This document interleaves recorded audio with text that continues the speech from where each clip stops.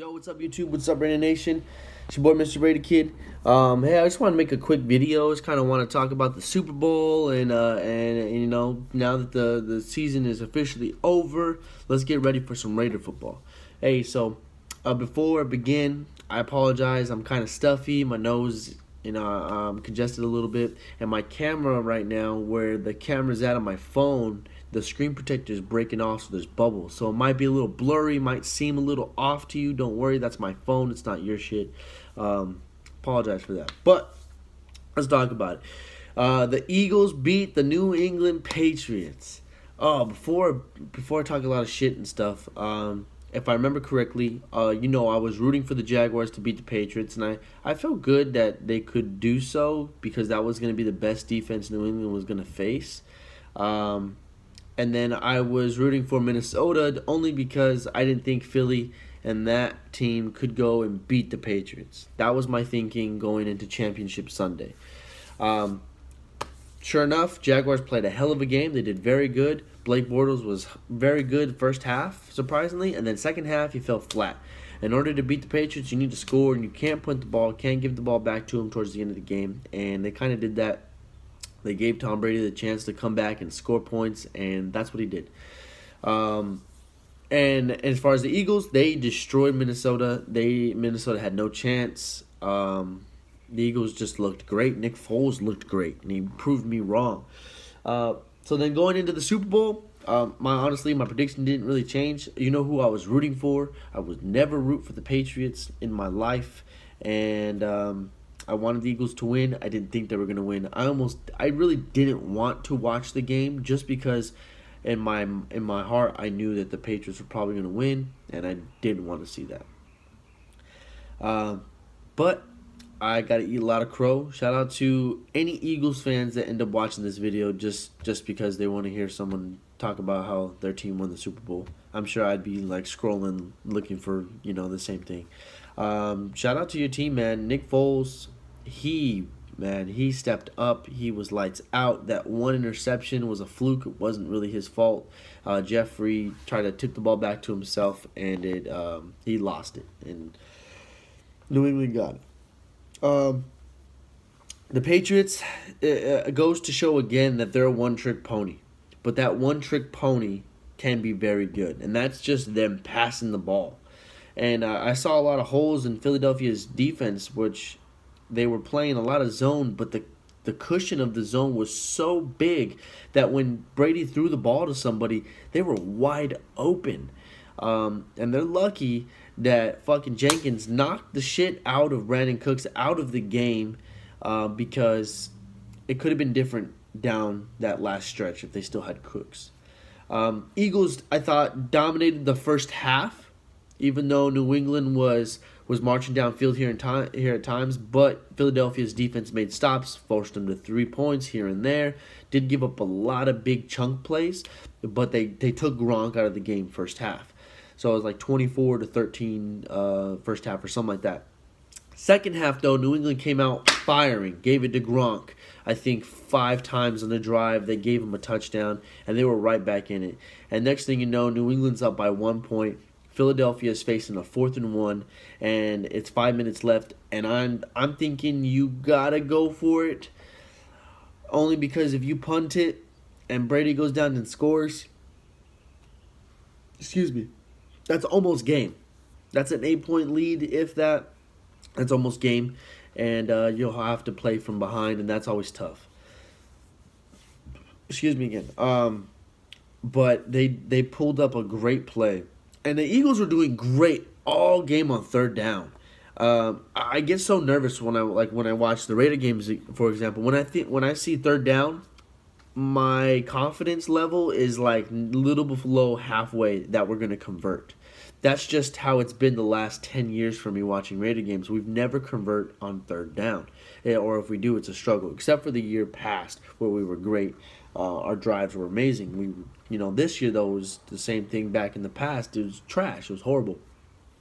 But Eagles were doing very good on third down and fourth down. And sure enough, it's a quick slant round to Zach Ertz, and he pulled it down. His forward progress was behind the first down marker, and it was enough for a first down. That was a great play, and that was probably the gutsiest play and I think Belichick almost got out-coached in this game. The way how aggressive Philadelphia was compared to how conservative Belichick was trying to be. And sure enough, there he goes. Zach Ertz goes, and he scores the touchdown, which is another controversial call, whatever. People want to say that it was like the Jesse James thing. But here's the comparison between Zach Ertz' touchdown and the Steelers' Jesse James touchdown that happened against New England. Jesse James caught the ball in the end zone. Okay, he was not a runner. He was catching the ball. So therefore, in the rule states, you have to have full possession, yada, yada, yada. The ball appears to touch the ground. I don't remember it clearly. I just remember Pittsburgh got screwed. This one is different. Zach Ertz becomes a runner. He catches it within the 5-yard line. He takes 2 to 3 or 2.5 steps. He gets clipped and he dives where the ball breaks the plane. He's a runner at that point. So when you're a runner and that ball breaks the plane, therefore the ground cannot cause a fumble. He doesn't really need to come down with possession if he's a runner. That means if he lost possession, that's a fumble, right? Sure enough, that's what it was. That was clean. They got the call right. That was a touchdown. He was a runner, caught the ball, broke the plane. Ball came loose at the end after impact with the ground. Touchdown. The Jesse James one, though, to me is different. He caught the ball in the end zone. It appeared to touch the ground, whatever. Incomplete pass. Two different scenarios. Look similar. Of course, Steelers players were like crying about it, bitching, fuck them. But that's a touchdown. The one happened earlier to Clemens, the catch to Clemens in the back of the end zone where it looked like his right foot hit the white chalk mark, and they called it a touchdown still. That one was really close. And they're trying to say he didn't have possession. The ball was trying to still come loose. I don't know. That one looked iffy. I thought maybe his foot skid the back of the end zone before it hit the white. If you had a super slow-mo and zoomed in, I think that was the case. If they went off that, that's what I saw. That's why I thought it was a touchdown. Then the call stands. If not, then they may have gotten away with something right there. I heard that. I heard people on the radio talking about how New England is silly that New England gets all these calls. Well, it's true. And they didn't call Gronk on the PI pass interference where he totally shoved off a Philadelphia receiver to get I think it was Gronk. I can't remember the situation. But it was total PI, and it was not called. Oh, I think it was the 2-point conversion. The 2-point conversion Philadelphia went for. There was no good Van something, that faggot linebacker, pushed off, and he didn't turn around to the ball. That's PI. They didn't call it. So, I mean, take what you want, man. New England gets a lot of calls, and it looks like they didn't get those game-changing calls this game. The refs don't want to be that one. And then, there's a controversy at the end of the game where Philadelphia shoves out New England, Chris Hogan out of the play. Whatever, man. Fuck the Patriots. They deserve to lose. The cheaters, all that they are. Fuck them. Tom Brady on the next drive after Philadelphia scores, they go up 8 points.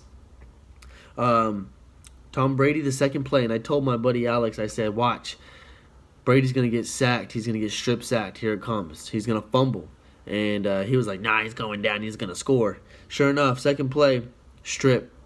And it's funny, you see Brady after the ball comes out, right here it comes out, he like really slings his arm like if he's trying to, tuck rule, you know.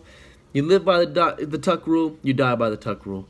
It started the dynasty, and I hope this means it ends it right there, man. And that sealed it for the Eagles. That was it. That's all they needed. That strip sack took enough time off the clock, gave the ball back to the Eagles.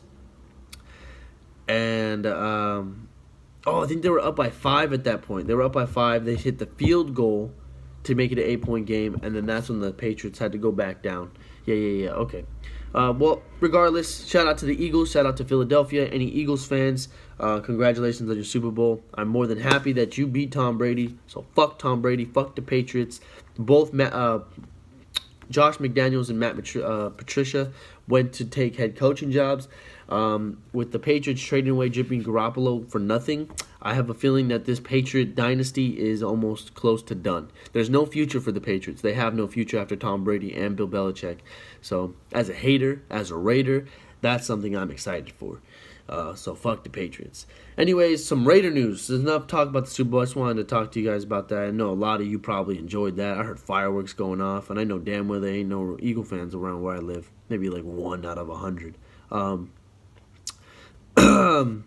The Raiders released David Amerson yesterday, and this is the first move by John Gruden and the Raiders since the season ended, and this one's an important one. What the Raiders are going to try to do in the next few weeks before free agency starts and the new year starts on March 15th, 14th, or whatever, they are going to cut players who have a high salary count coming into this new year to save money so we can pull in free agents and et cetera, et cetera. David Amerson being one. He had a great 2016. Showed a lot of promise. 2017, his play declined, and then or 2015, his play was great. 2016, it kind of declined. It wasn't as great as we saw it, what it could be. And then this last year, he couldn't stay healthy. So cutting him saves us like $5.5 million, which is a good chunk of change. It puts us, I think, close to $30 million in cap space, which is not a lot just yet. There's other players like Marshawn Lynch, Michael Crabtree, Sean Smith, Bruce Irving, who all have high salary cap numbers coming into this season, and it's going to be up to the Raiders whether or not they want to keep these players or cut them. I hear a lot of reports that we're going to cut Crabtree, we're going to cut him. I think they are going to ask him to restructure his contract and then go from there. I think I feel like Crabtree might restructure his contract based off of how many drops he's had the last 2 years. As a player as him, I'd figure my play hasn't been fantastic. I'm going to restructure this contract. I want to be a Raider, and if he really likes Derek Carr as his QB, then we'll go from there. But, of course, value players like to keep their value up and all that. So that's that. That's something to look out for now. And as soon as something else happens, we'll pop a video and we'll talk about it because David Amerson is the first one to go. And we'll have probably a few more coming. I think Sean Smith is a must. And if we do release Crabtree, then it's going to be bittersweet in a sense where we're going to get some cap money. But also, I really did fall. I don't want to say fall in love. That's a little weird. I did really grow to like Michael Crabtree a whole lot. And after the situation with the Talib, I felt, as a Raider fan, you feel a lot of personal connections with these players, right? And I might not be the only one. If you hear your quarterback getting slandered or people wanting to fight players and things like that, you almost want to get in there and fight with them. You know what I mean? And that's the connection I grew with Michael Crabtree. I got his jersey. I really enjoy watching him and Carr and their connection they had together. So it's going to be kind of sad if he does go. But, we got to move on into the future, and we got to make this team better, right? So, anyways, guys, I know this video is kind of long. Raider news, we're at the end. But as soon as something else drops, we'll talk about it. The draft, man. The draft, who we taking at 9 or 10, depending on the coin flip. It's going to be interesting. A lot of good players in this draft this year. Quarterbacks, running backs, defensive players. A lot of good players. Anyways, I'm Mr. Red Kid. Like, comment, subscribe if you made it this far. Let me know how you felt about the Super Bowl.